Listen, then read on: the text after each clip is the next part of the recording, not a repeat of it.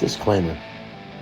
Listen, this podcast addresses some seriously deep shit that could go on in somebody's life.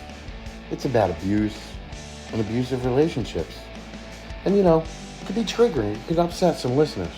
So if you're going to listen, please use your discretion because, you really got to know what's going on and how you're feeling. The information shared in this podcast is just for educational purposes.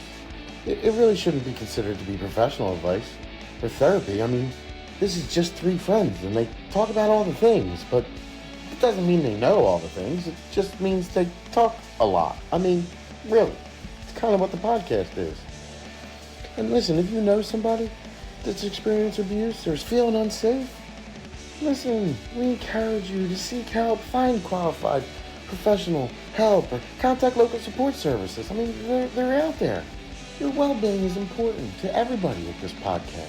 So we want to make sure that everybody has somewhere safe to go or somebody safe to talk to. Now, mind you, the views and opinions expressed in this podcast do not necessarily reflect those of the hosts or any affiliated entities. So therefore, we're not liable if you have emotional distress or some kind of crazy triggering response. So again, you got to be mindful for yourself, even if you've been through some shit, because, it'll just get messy. So I'm just, we're not responsible if you fly off the handle after you listen to this, because there's places you can go, and this is just three friends and all the things.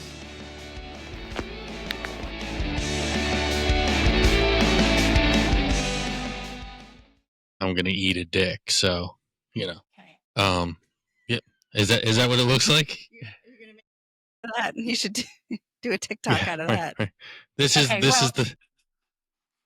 If we're all done eating bags of dicks, You can get them on Amazon. I know. Little Yeah. tiny ones. I know. They're little tiny ones, yeah. Yeah, like They're little candy like, penises.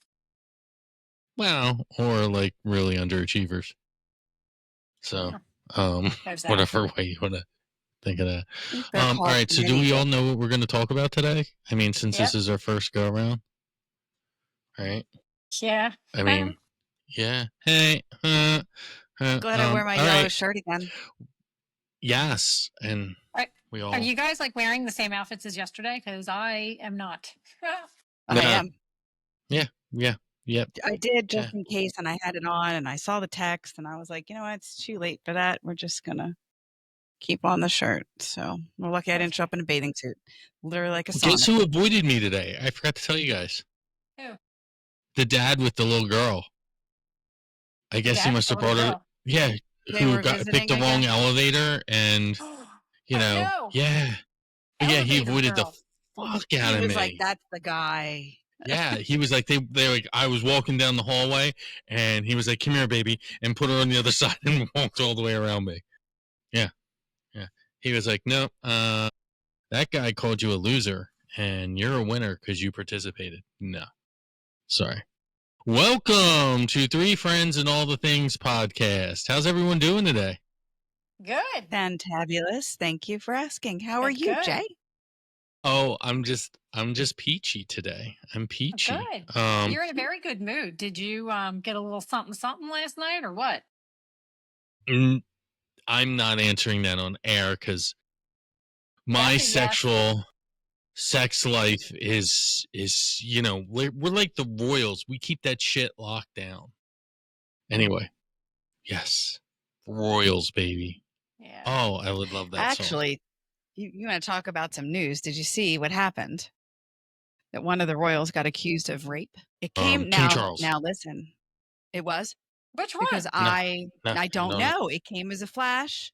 I saw it and went, oh no! And it said multiple counts, but we were in the car and I did not open it up. It was either Charles or that other dude, Camellia. What about Andrew? Camille. He's tied into Weinstein. First of all, I don't even think comes Charles could get it up at this age, at his ripe old age. He's got that golden cane. But Prince Andrew was involved with all the Weinstein stuff. You don't think it was him? No, not Weinstein. Epstein. Epstein, Weinstein. They're all Sorry. Steen somewhere. You Edit know. that part out, Jay. But let's I'll not. work on that. All right. So there's Epstein and Weinstein. There's all the Steens except for DJ Steen. So we'll leave him out of this because he has nothing to do with it. So just saying.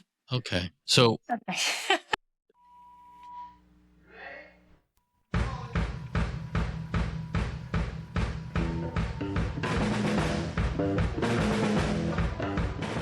Here's the bloody intro. Welcome to Three Friends and All the Things podcast, where the hosts are just here to make each other laugh. And now, here are Chris, Gia, and Jay. Three Friends and All the Things podcast. Real talk for real people.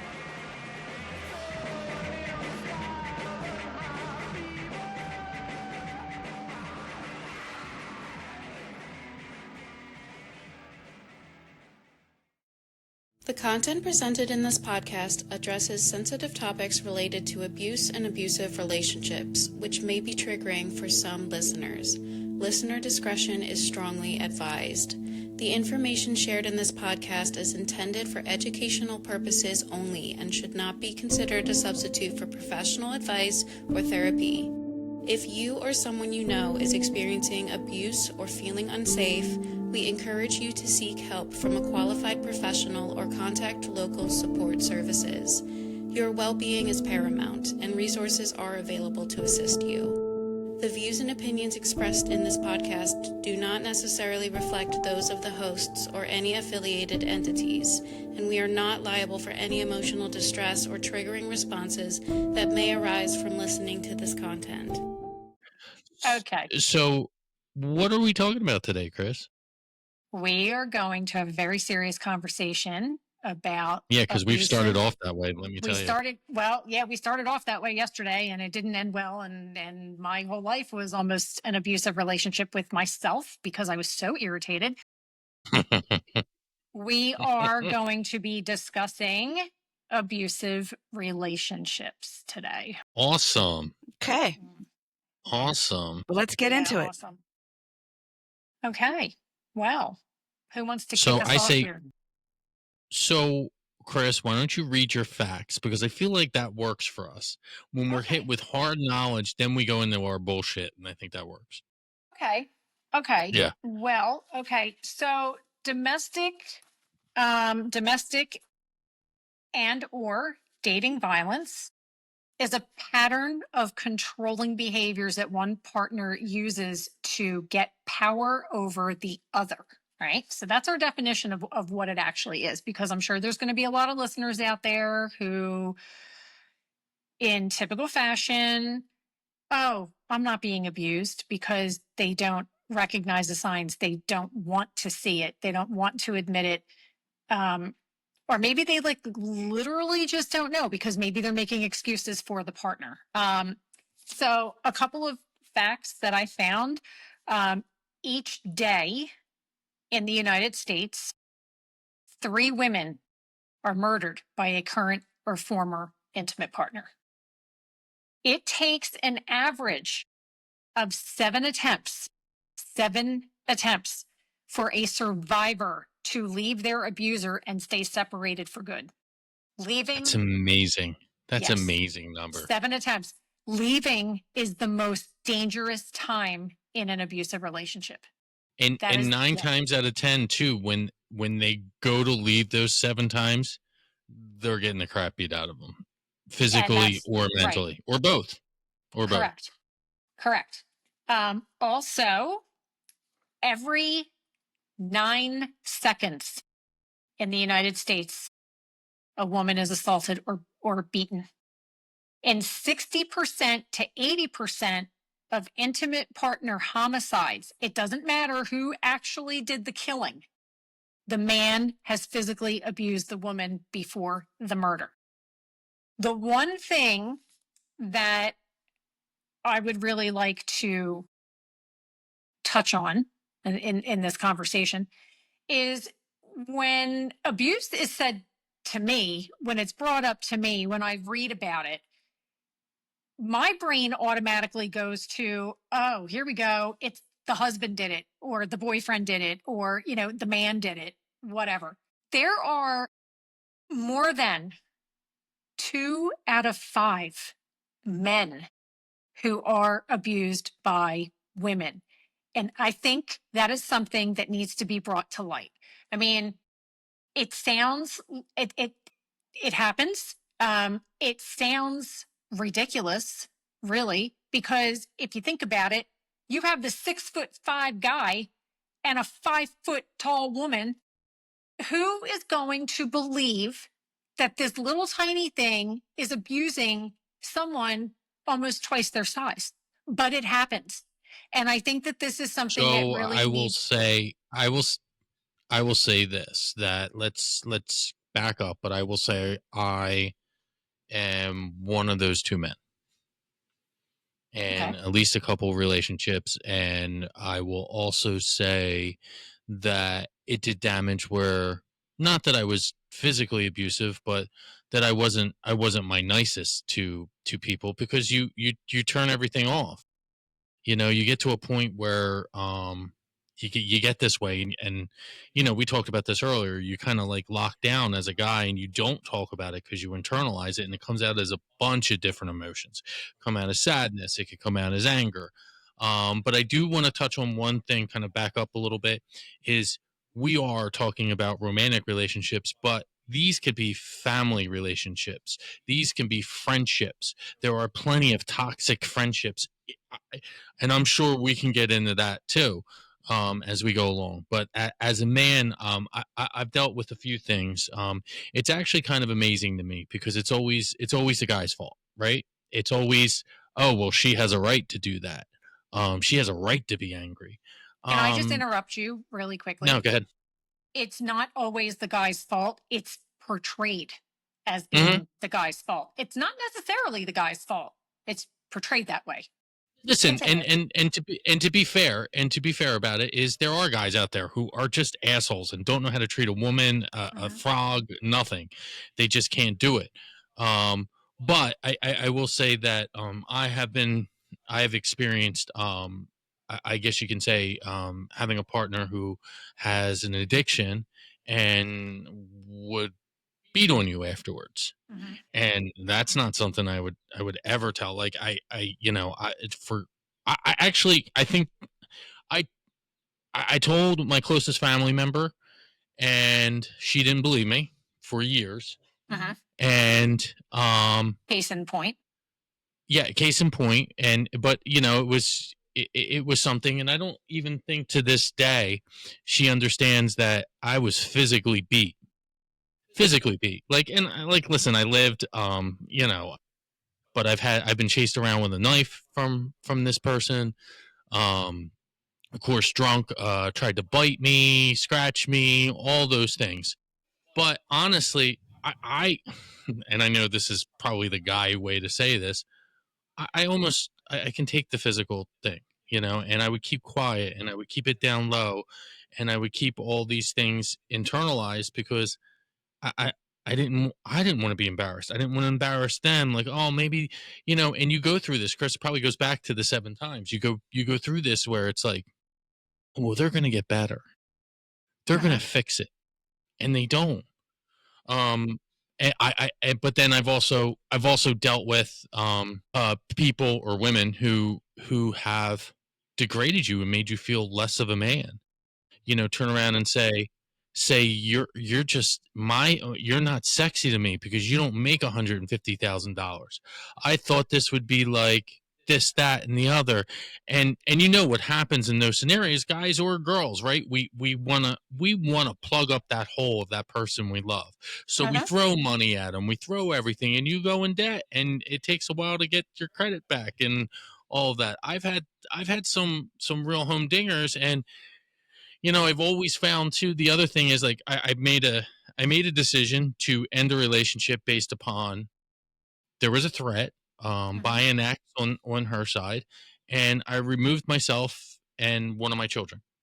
Mhm. And the retribution you get now, this is I hate the word narcissist, but this is a narcissistic trait.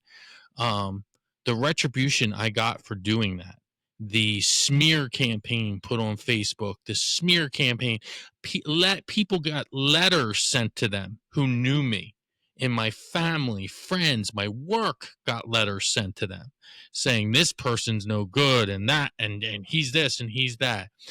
And yet you still have the people who sit there and say, I believe her because it's a guy. Uh-huh. And they never ask, and they never deal with it.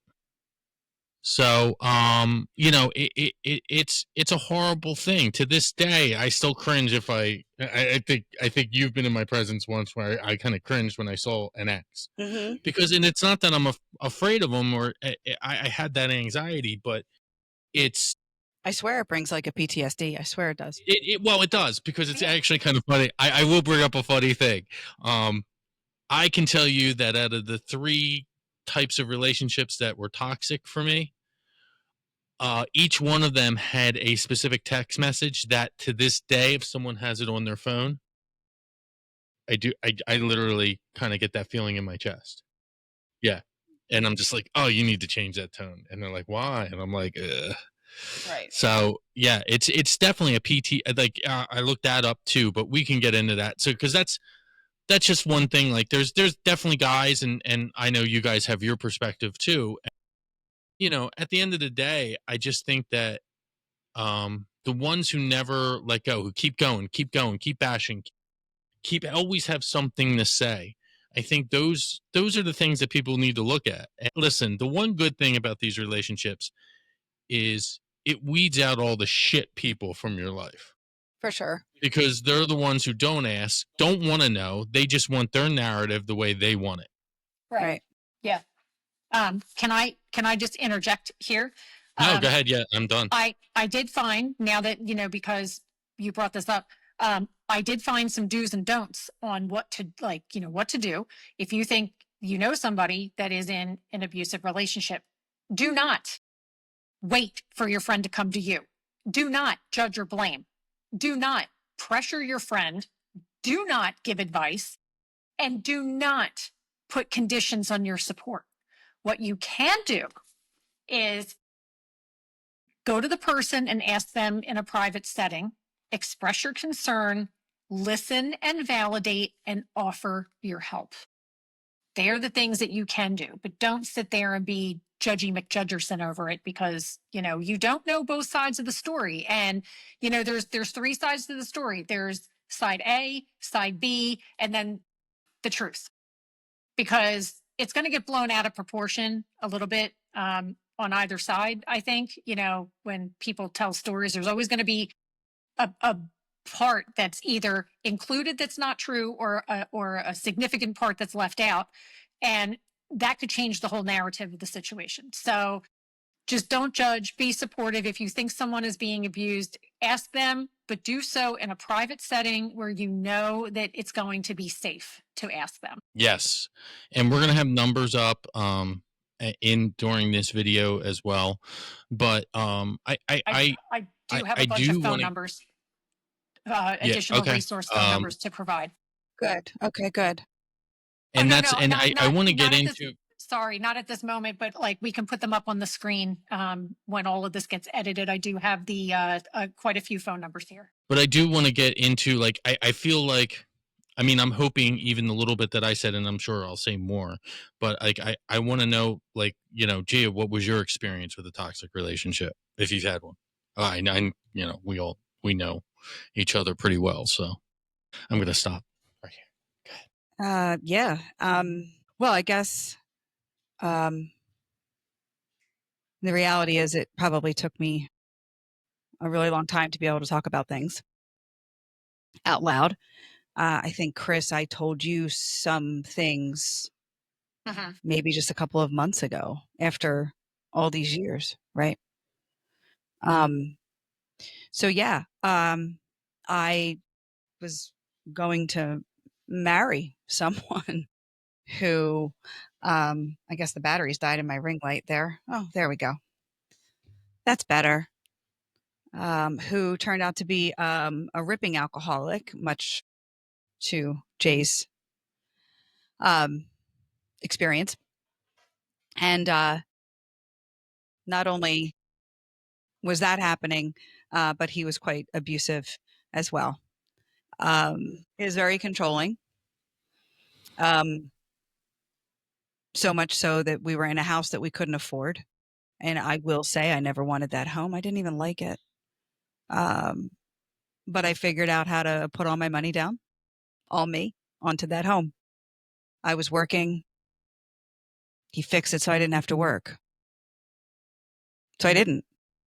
He's very controlling in every way, shape, or form. And he would travel quite a bit for work. So he would be home a few days and then he wouldn't be home. And in the beginning, I was like, God, I didn't like it when he's not here. And then I liked it when he wasn't there, but I didn't like it when he wasn't there because there was always drama. Yeah. And when he would come home, it was weird, right? Like I was afraid of his behavior. I didn't know what I was actually going to get because there were times where he would come home and he would be fine. And then there were times where he would come home and he'd be good for 5 minutes and then just long enough Yep. to get into bed. And then he would figure out a way to pick a fight with me and not speak to me for the rest of the time that he was home. 2 days, 3 days, 5 days, 6, 7, 10. And it was like two people living in a house and I was on eggshells all the time. Yeah. Yeah, it hurts to talk about, doesn't it? Because you start to get that feeling in your chest. I was afraid of him. And there's a lot of my family doesn't know a lot of this. And it's very funny. Like I don't have a great relationship with my mother. And like anybody who knows me knows that. Right. And my mom didn't like him. But I was like, I blew it off because Lord knows if there's anybody out there that I dated, they know that my mother did not like them. she didn't like anyone. But, you know, he would get mad at me and then he would just ignore me. And I'd be like, I don't understand. What did I do? What did I do? What's wrong? Talk to me, talk to me, talk to me, talk to me. He has spit on me. He's threatened me within inches of my life. He choked me. I didn't think this was going to be difficult, but knowing that it's going to be out there for the whole world has just made this a little bit more difficult for me. So I do apologize. I think you It is are. difficult. Yeah. I I think the both of you are amazing. Sharing this, I know it's not easy. But the fact that you two are sitting here talking about this openly and freely is to be commended. It is to be commended. You know, for me, I just felt as though it was time. You know, because Gia, I don't know if you went through this, but like I went through the phase where you want to fight back, whether it's verbally, whether it's physically. You know, if they start running their mouth, you want to run your mouth too. And you know, this was actually a great conversation I had with somebody very close with me the other day. Hinge apparently is a dating site now, by the way, for us old people. And Okay. someone close to me says, my ex-girlfriend reached out to my best friend and hearted and gave a blowy emoji kiss or blow. I don't know, whatever emoji they give. And he's like, you know, I'm going to go and I'm going to, you know, do it to all her girlfriends. And I said, but don't. I said, because here's the problem. Here's the problem with perception of it all is once a guy does it, you'll be labeled a pig. The girl will have every reason to do what she did before because, you know, you were going to do that. There's no balance. It's really one-sided.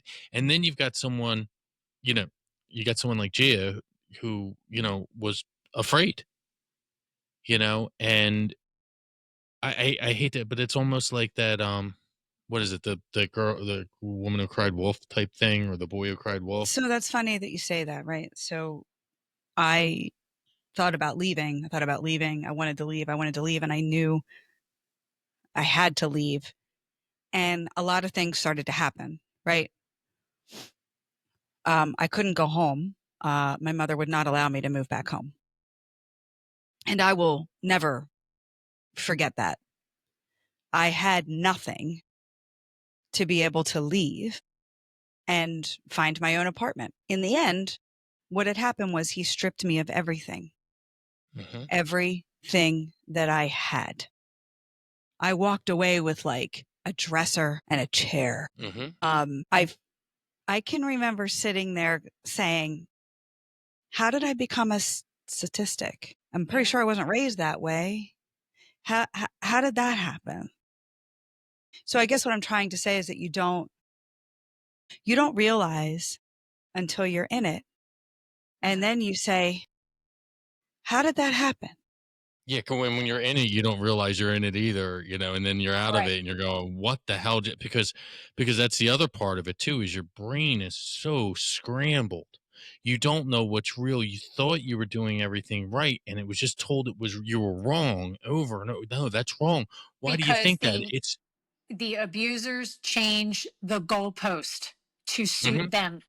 And it's yeah. never fair for you. No matter what you do, no matter what you say, it's never going to be good enough because they change the goalpost and they make it about them. What's good today may not be good tomorrow. What's bad today is totally fine tomorrow. And you're in this, a mind fuck is basically what it is. And you have no idea which end is up. You're like, well, how come it was okay yesterday, but not today? They changed the goalpost because that's the abuser's way of exerting control over you.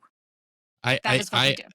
I had this one experience where we went out. I don't know, it was like a bar and dancing, and there was a live band, and her ex-boyfriend was there. Nice guy. Really nice guy. Like, nice guy.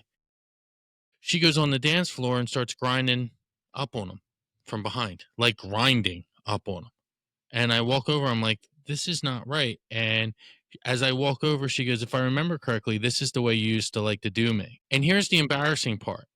After an hour of her telling me I was wrong and that it was, just factual stuff, it doesn't mean it's going to happen, that I was wrong for getting jealous. No, I didn't flip out. I didn't do anything because he was like, oh my God, that's horrible. Right. I felt like I remember making breakfast the next day. I remember being so repentive. And I look back at that moment and I had my, I've had a few chances, but I still picked the high ground. But it's just like, she'll come up and try to talk to me if she sees me somewhere, and I'll be like, get away from me. Get away from me. Like, I remember that moment, and that was very degrading. Yeah, it would have been.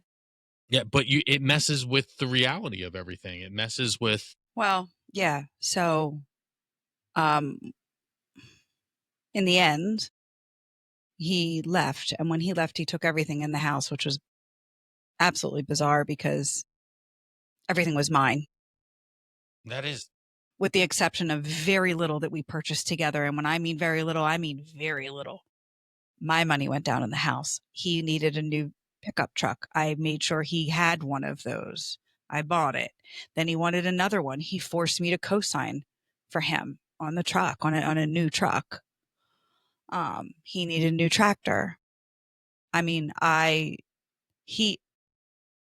in the end, I completely and totally lost myself. When I tell you I was just about destitute, I couldn't even get like underwear and socks.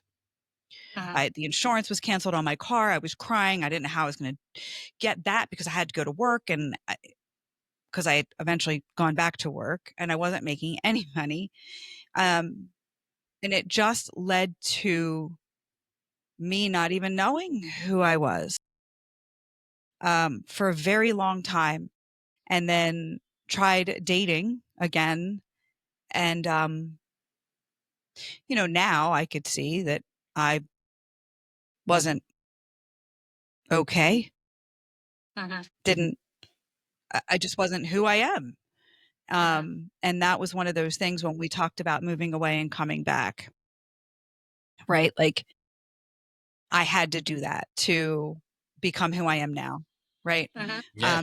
And relearn who I am and my needs and what I want.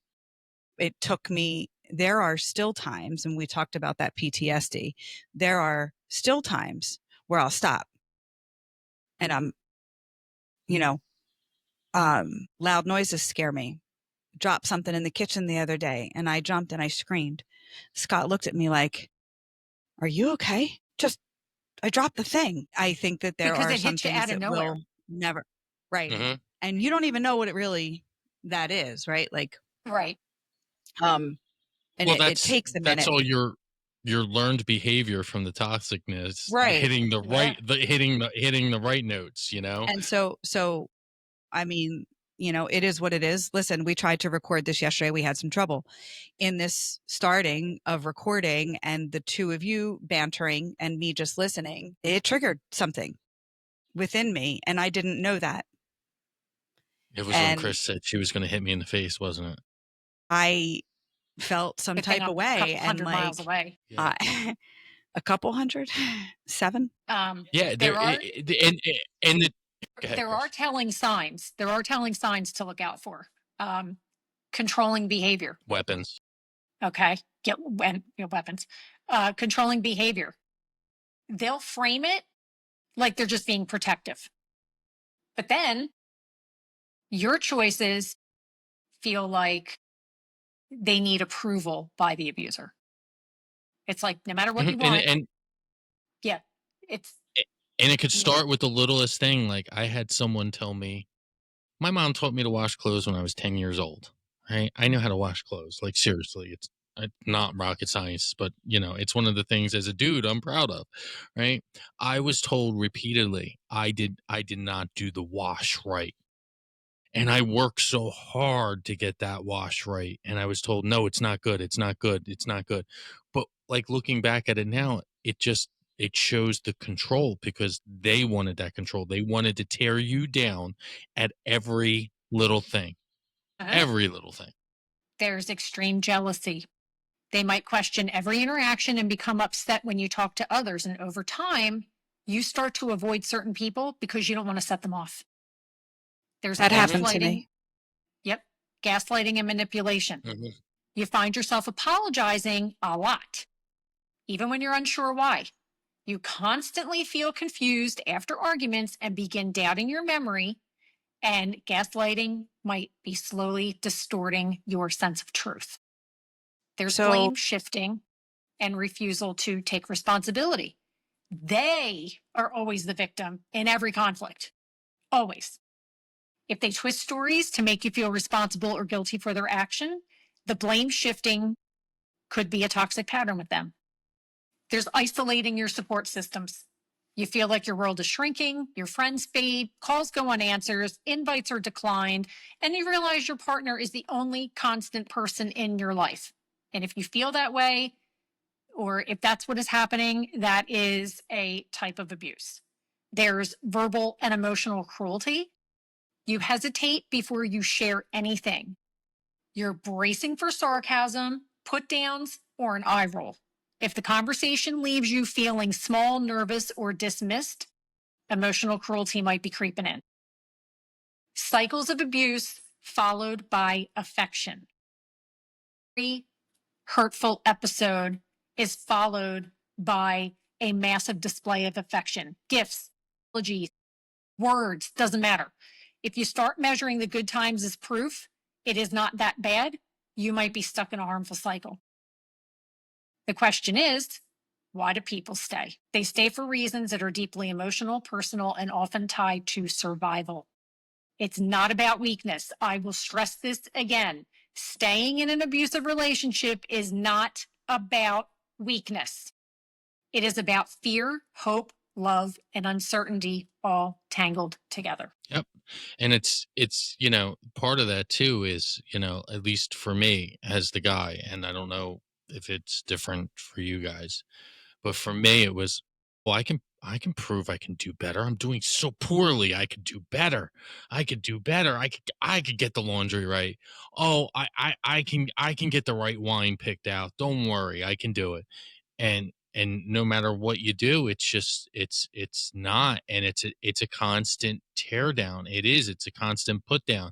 And what you realize, it's funny because as you were saying that, I'm like, oh, ow, ooh, ow, ooh, ow, and one of the things is if I talk, like I couldn't have my friends around. My friends couldn't come around, and then I would get, well, you don't have any friends. I can't bring them around because you don't like them. You don't talk to them. Like, it's embarrassing, and then it's like, oh, well, you were talking to my friend. Oh, okay. So were you gonna fuck her now? I've had that said to me, like, and I'm like, it's your friend. I won't talk to your friend. And then I get, well, why are you being rude around my friends? Just go in the other room. Mm-hmm. So, but like as a guy, you want to do better. Oh, I could do this, especially if you've had failed relationships and you haven't pinpointed that. Honestly, it's just the fact that I was a fucking lousy picker. I was a lousy picker of people. Like I pride myself on work as far as, knowing people, but man, I just didn't. And I say this all the time to you guys. It was, a mixture of that and a mixture of what my wife says now is they just weren't ready for you. Mm-hmm. And you want to hope that these people are going to get better. Maybe they will, maybe they learn from it, but 9 times out of 10, that is a learned physical behavior You that know, they have you, learned to get something out of. yeah, these victims are so beaten down. They're so beaten down, and it's awful. Like they just, you know, um, a story was told to me just the other day. I have this on good authority. There was a woman who was getting beat up by her boyfriend, husband, whatever he was. When the cops got there and got them separated, it ended up that she had a broken wrist so severe it was an hours long surgery to correct her arm. When the cops pulled her aside and asked her, do you want to press charges? Her response, like this still blows me away. Her response was, no, I'm not going to press charges, that's not the part that blows me away, but that is a common response because of probably fear, I would think. She said, no, it was my fault. And the cops were like, what do you mean? This is definitely not your fault. What are you talking about? And she said, this is the part that blew me away. I know better. I'm supposed to have dinner on the table at 5:00 sharp. It was on the table at 5:03, 3 minutes Yep, late, bringing dinner to the and that's table. And this asshole took her outside, beat the life out of her, and she still thought it was her fault. Like, I never to thought me, anything that was is, my fault, but I damn near, you can bet your life that I had dinner on the table and ready to go when he walked in and I had his drink ready. yep, Like yep. he would come in and it looked like, excuse my language, it looked like Betty fucking Crocker lived in that house. Everything was perfect and dinner was on the table because I didn't know what was going to happen when he walked in the door. Right. And you want Everything that you everything to read, be, yeah, you everything want that you everything. read happened to me in one way or another. He would ask me what I was doing, and I'm going to the beach today with my sister-in-law. Oh, have a nice time. And then he would call me up 20 minutes later, screaming at me, you don't do anything. Blah, blah, blah. And he's working and I was playing. You told me Uh-huh. not to work. Uh-huh. And it took me a really long time. And I remember the day he left, and I was glad it was him. I was glad that he left because I was afraid of what would happen if I left. But I had the cops there, and I ended up having to go to court, and I put a temporary restraining order on him, to which turned out to be a permanent restraining order for life. And oddly enough, just a couple of years ago, after I had moved back, I was, I don't know where I was, sitting down at, like, it was somewhere in Marlton, and there was a bunch of police officers that had walked in, and I was with my dad, and I was like, Dad, I was like, that's the police officer that helped me to get away and helped me do the restraining order. And he's like, oh yeah, my dad hadn't thought anything of it. And he was sitting there with like five other officers, and I went up to him and I squatted down at the table and I said, I know you don't remember me. This was my address and I was at a dead end road. And he goes, I remember that. I said, you helped me. You don't know what you did for me, but you helped me in a really lousy situation. And I just wanted to say thank you. And he was so, actually the whole table was really, it was really nice because the whole table was like, oh my God, like you're the reason we do what we do, blah, blah, blah, blah, blah. Yeah. And I obviously I did not intend for any of that. Right. But I just needed him to know, right? Because how many calls do these officers go on? Yeah. Sometimes you don't know. Sometimes the victims end up dead. Man, woman, doesn't matter. Child, God forbid. But sometimes the officer gets involved and ends up dead. Right. I mean, right. trying to protect people and get them out of the situation. And it's terrible. But anyway, so yeah, here we are. It's interesting because one of the things, and Gia, just from knowing you, I know you're like a clean freak, right? And a lot of that, like for me, because like I mean, I came home today, emptied the trash, wiped everything down. Not that it needed it, but it's got to look like I still have that. And Lori doesn't, Lori doesn't care. She's a team player and all that. But it's just like listening to you, and yeah, I mean, there's been people I've been with where you want that house spotless because you want them to say, you want that little bit of oh, the house looks good. Oh yes, I did something right. I still do that now too. Right. But when you look at it, for me, that came from my mom. Came from my mom who was lackluster at times with stuff, but you better not make a mess for her, because even though you were the kid, she didn't want to clean up after you, and the moment you learned how to cook, that was it. She was done cooking. So yeah, there's that. And that goes back to the whole family aspect of it. And the other part to that too is friends. We've all been with friends where, you sit there and you're like, why are they treating me like this? Why am I like, I feel like they have their thumb on me, or why do I, and or how about the friends that only love you when you're down, that only liked you when you were down? How about those ones? Right? They held you down, and then the moment you break away and you start to get better and you realize maybe they're not good for me. Regardless, maybe you didn't realize that they were toxic or whatever. You just realized they weren't good for you. And then all of a sudden you get, well, you're a piece of shit. People see. People see who you are.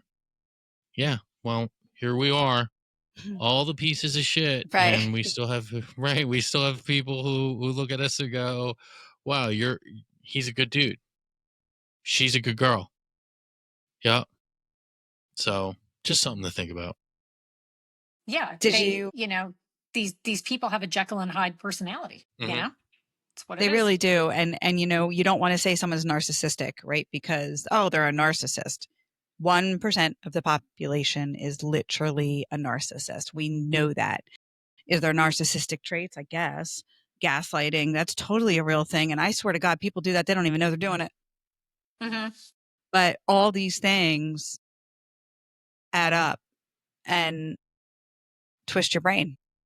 Well, here's something. And again, you guys can all drop a comment in this because you guys probably know more than me. But one of the things that I researched on was, from dealing with these toxic relationships, you pick up things, and they're actually called narcissistic fleas. That's what they call them, narcissistic fleas. So Leaves? Fleas, as in fleas on a dog. Yeah, fleas on a dog. Ruff, ruff. So like you like, oh, well, you know what? She's not showing me love right now. You know what I'm gonna do?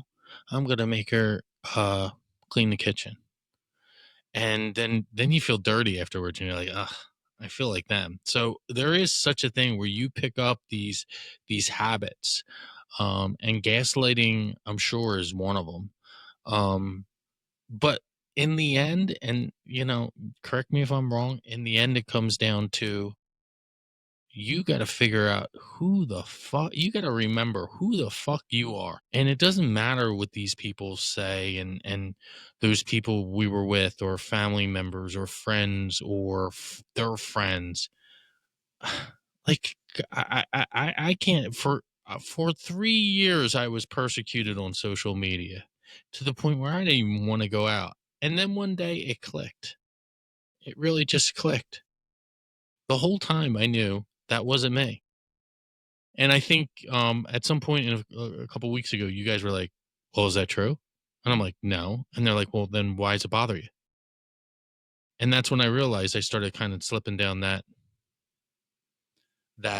road again of anxiety. Because I tell you, I don't know about you, Gia, but there were nights that I couldn't sleep because of that pain in my chest.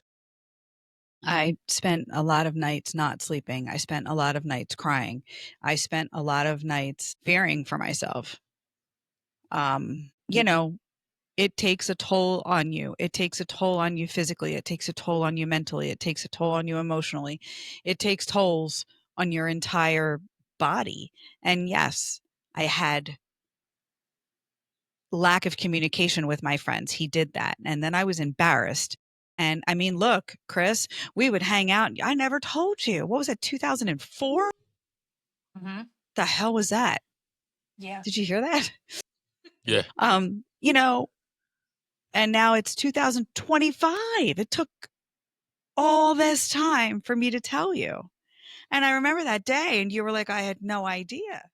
Like, and I swear I was walking around like a nervous Nelly. And like, I just said to Scott yesterday, like, I can remember I was having a bridal shower at my house, and I'm going to make the story really short. And I remember I had to run out to the liquor store, but I was nervous all the time. And I was like, I got to get there. I got to go.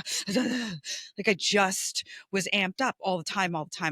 And I pulled in next to the cement where like the stub of the sign was, if that makes sense. Mm-hmm.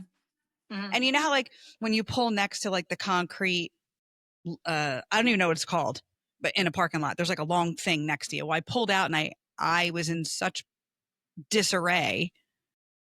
I didn't realize that I didn't pull out nearly as far as I should have.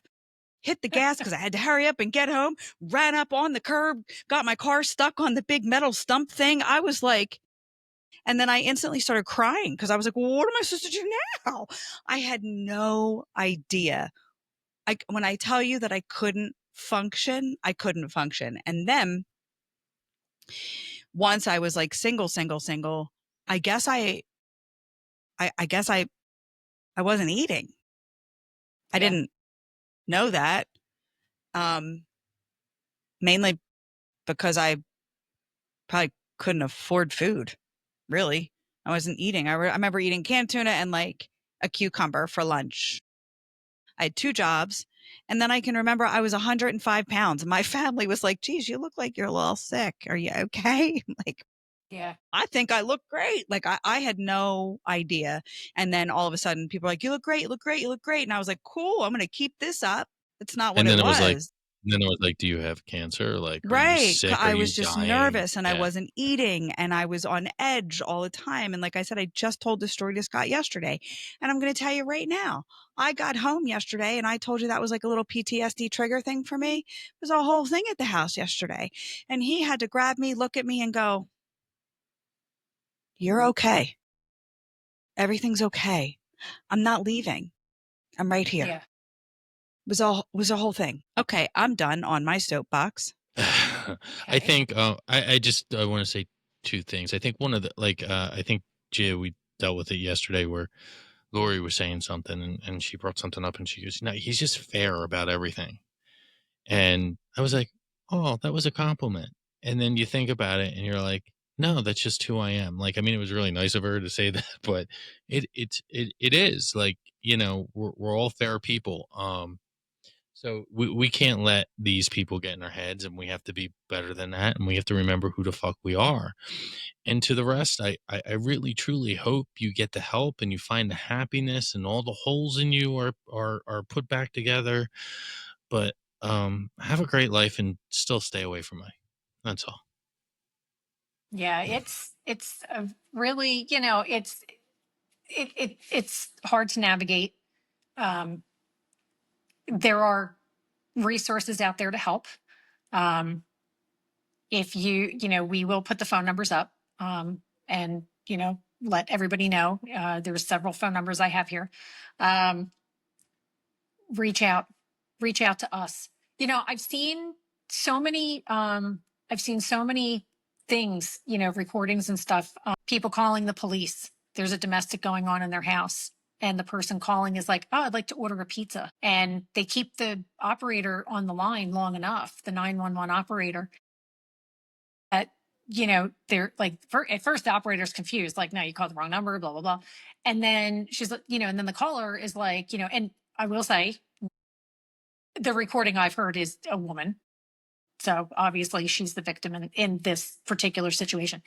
And she's calling and she's like, no, I'd like to order a pizza. Like, how long are you going to be? And how much is that? And she's keeping the operator on the phone, and the operator finally catches on to what's going on. So she can do her magical 911 stuff to get cops there.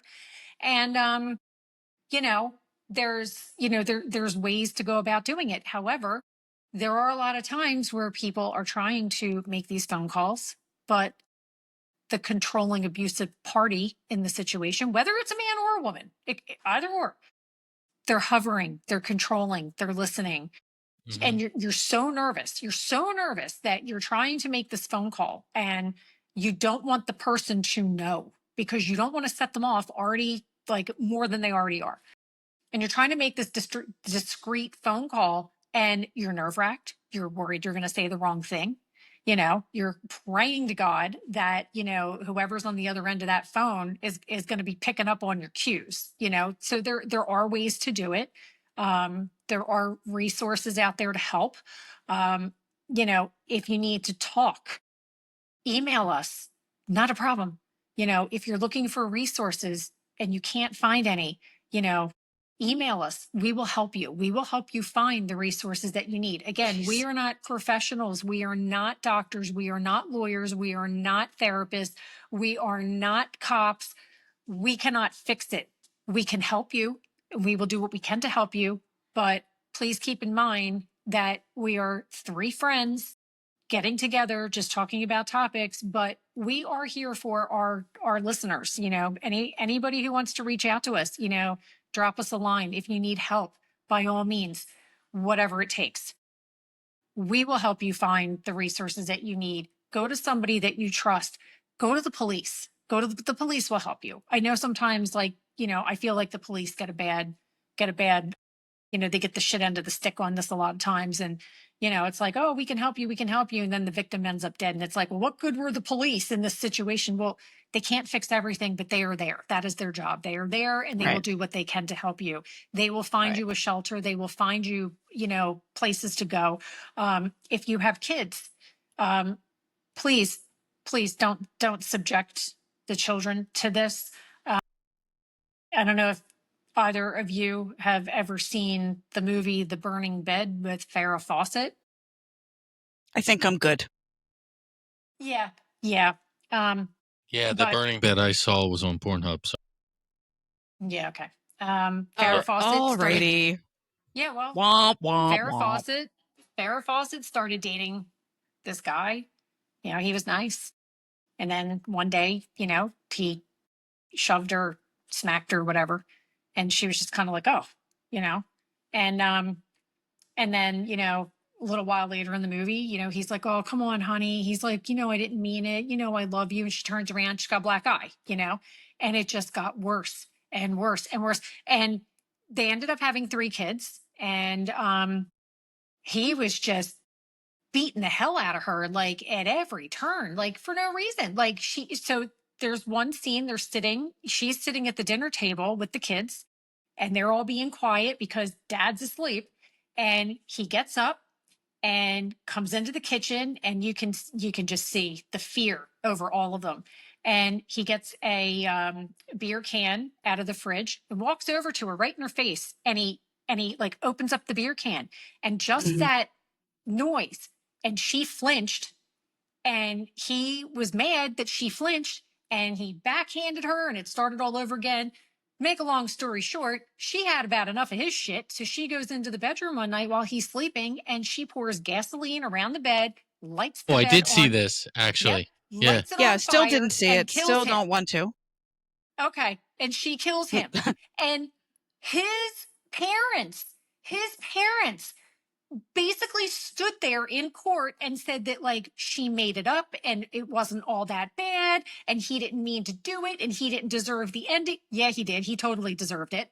However, you know, at the end of it, you know, she broke free, but it took years and years and years and she really dealt with a lot. And, you know, so that's how it starts. They all start out being nice and then little by little they just start stripping you down.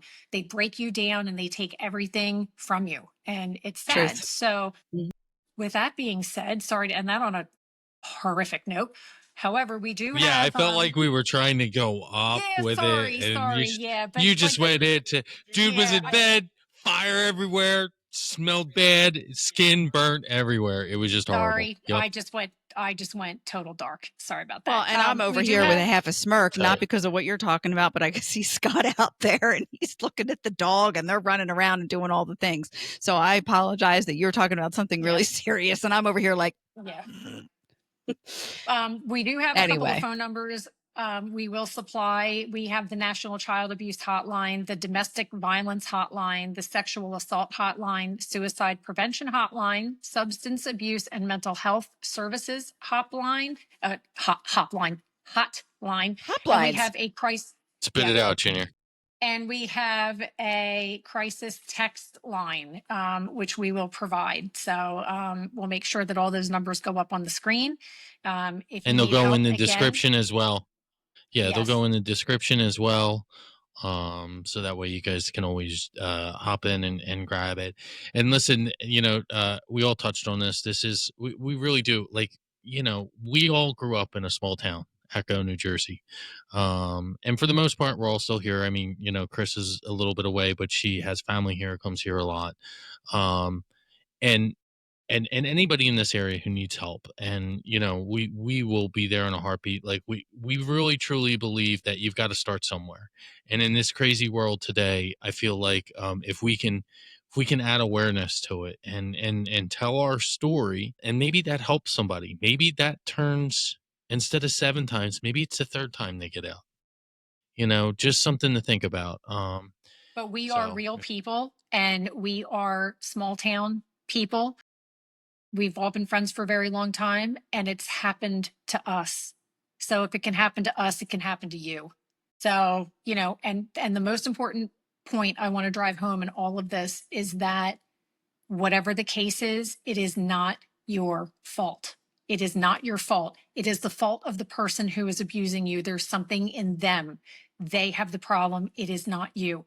Do not take the abuse any longer. It is not your fault. With that being said, thank you for listening. We're going to have disclaimers playing at the beginning and in the middle, just because we want everybody to be safe, healthy, and okay. And everybody we thank you for all your support, and from 3 friends and all the things. Just remember who the fuck you are, and you'll be good.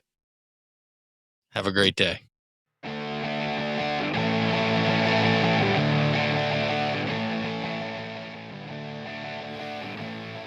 Thanks for listening to the show.